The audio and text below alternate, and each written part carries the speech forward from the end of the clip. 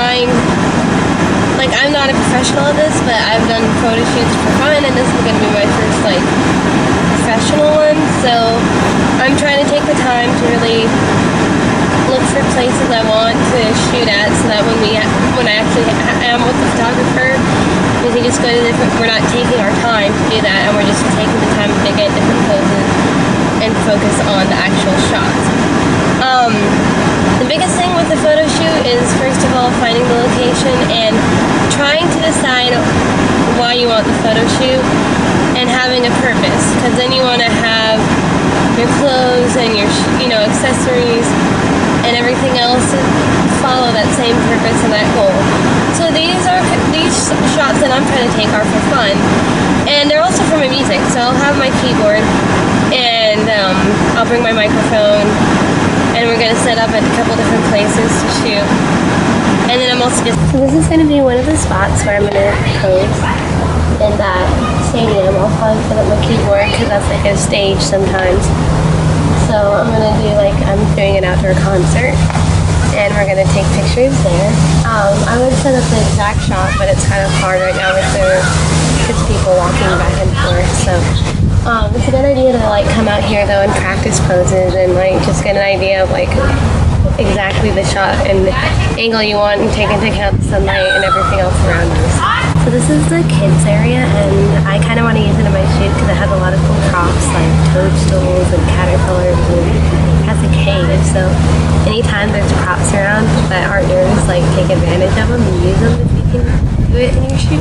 That's great to use the other props I use when it normally think. Did you touch them? Yeah. Don't touch them.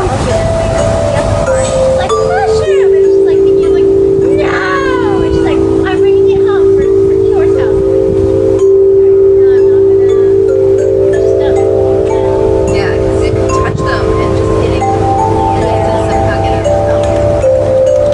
Right, we don't touch the mushrooms that we see growing in the wild, right? Tall grass, gates, and fountains are great places for posing.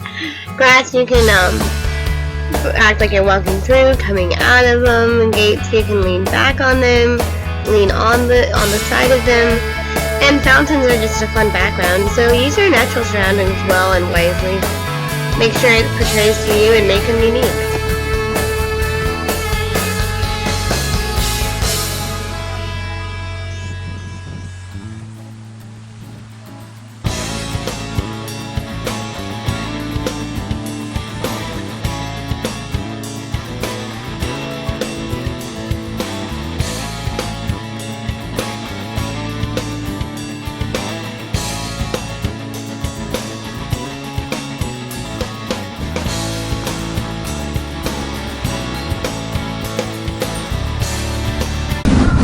Chairs like this are actually a good idea too. Here there's also a lot of gates. There's a water pond we're about to go see. Again, gates, they're really common, so if you use them, make sure you use it in a way that is uniquely to you, because you don't just want to do a standard staring off in the distance posed by the gate or on a bridge or something, because people get really bored of seeing those. I mean, if it works for your music and stuff, I guess go for it, but make sure it goes along with what you're trying to sell and the image you're trying to create. Poses on the chairs, you can be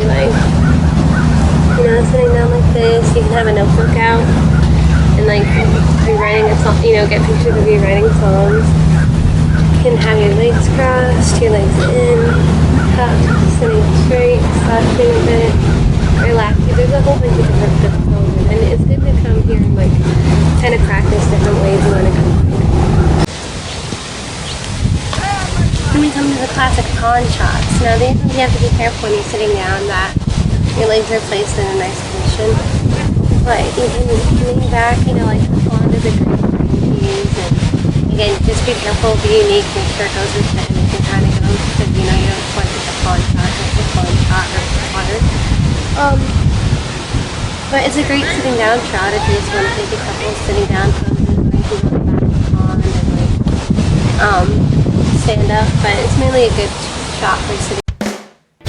So, for a good photo shoot to be successful, you have to find the right look.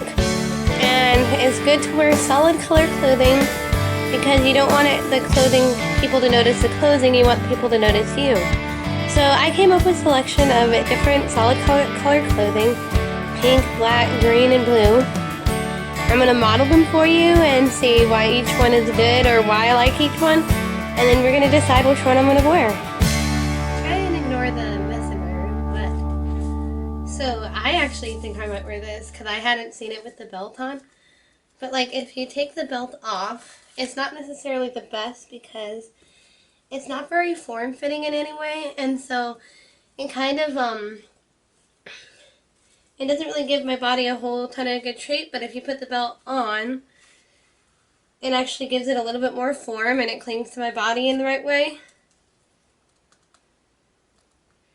And I really like the color because it goes well with my skin tone. It has a few little rhinestones and the skirt will swivel and turn like I wanted it to. And it's a solid. Alright, so this is look number 2. I don't know if you guys like the purple or the blue better. The cool thing about this is it does have a little bit of shoulder to it, so it shows a little bit more skin. And it's form-fitting on its own, so I don't need to wear a belt with it. And you do have to be careful with wearing belts, because sometimes belts can, in cameras, they look like you're cutting your torso in half. So if you do use a belt, this actually has belt loops, so I might find like a small belt for it, but I wouldn't want to wear a thick belt like with the other dress. You just have to be careful when you use belts, because they can enhance or take away from the look. But I'm pretty happy with this one as well. My goal was to get a dress that could turn so I could take a couple spinning pictures, and I wanted to do jumping pictures. So I didn't really want to have the bottom form fitting because I want that to be able to lift up or turn or like, do different things. So I'm pretty happy with this one. Dress number 3, the teal one. Now this one's, basically the same one. The fun thing about this is that it actually has a little bit of texture, which you can't really see in the camera, but there's a definite pattern, which is good because then it adds. Texture is good, print is bad, because print will distract from you. Texture will help just like enhance the look or make it unique. Now it does come with a necklace. I may or may not wear this, but you have to be careful with jewelry because jewelry is a distraction. And if you're going to be jumping around or dancing or like, doing silly poses and stuff, it might, you don't know what it's going to be doing. So it's best to stick to like simple earrings. And if you're going to be playing keyboards, you might not want to be wearing a bunch of bracelets or anything, maybe like a ring or something. But it's best to stick to simple jewelry. Like this might not be too bad, but it's also very cheap looking because it's very thin. It just, the free necklace thing that comes with the dress. So I'm probably not going to use it. If I use anything, I'll probably use something I already have. But again, this dress is what I wanted. Now what I like about this is the skirt. Because it actually takes, it has like a wiring or like a stiff foam. And so it makes it kind of like do a swirl almost on its own without any effort. And I kind of like this part, like a little bit of cleavage showing, but it's not like too much, so it's tasteful. And I don't know, this will be a good like formal option if I wanted to go, like maybe by the fountain or by the pond or like, actually when I'm playing my keyboard, this might be fun because it's more formal. But yeah, I'm going to take probably all the dresses, to be honest, because I ended up really liking all of them. And so, and they all work with my shoes. A good choice to do. Have a heel and a flat option. And if you're going to do formal, make sure you bring a formal option. And, bring jewelry. Again, keep the jewelry pretty simple because you don't want it to distract. But like here, this might go good with a necklace, so I might wear a necklace, I might not. But, yeah, and again, practice your poses. Like, practice smiling and practice, like, how your head like how your head looks, where your arms are placed, what looks slimming, what poses make you look slimmer, what poses might make you look worse on camera, because you want to be able to know that when you go into a shoot without the photographer having to tell you all the time, because you don't know if the photographer is going to tell you all the time, like, hey, that might not be your best pose.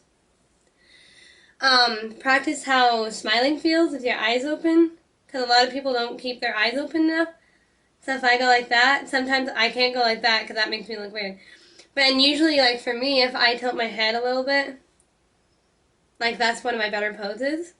Or if I'm like tilting up, or if I'm looking straight on, as long as I tilt it like kind of down, or maybe down but like a little bit out. Like I never kind of look straight on because that's not very good pose for me.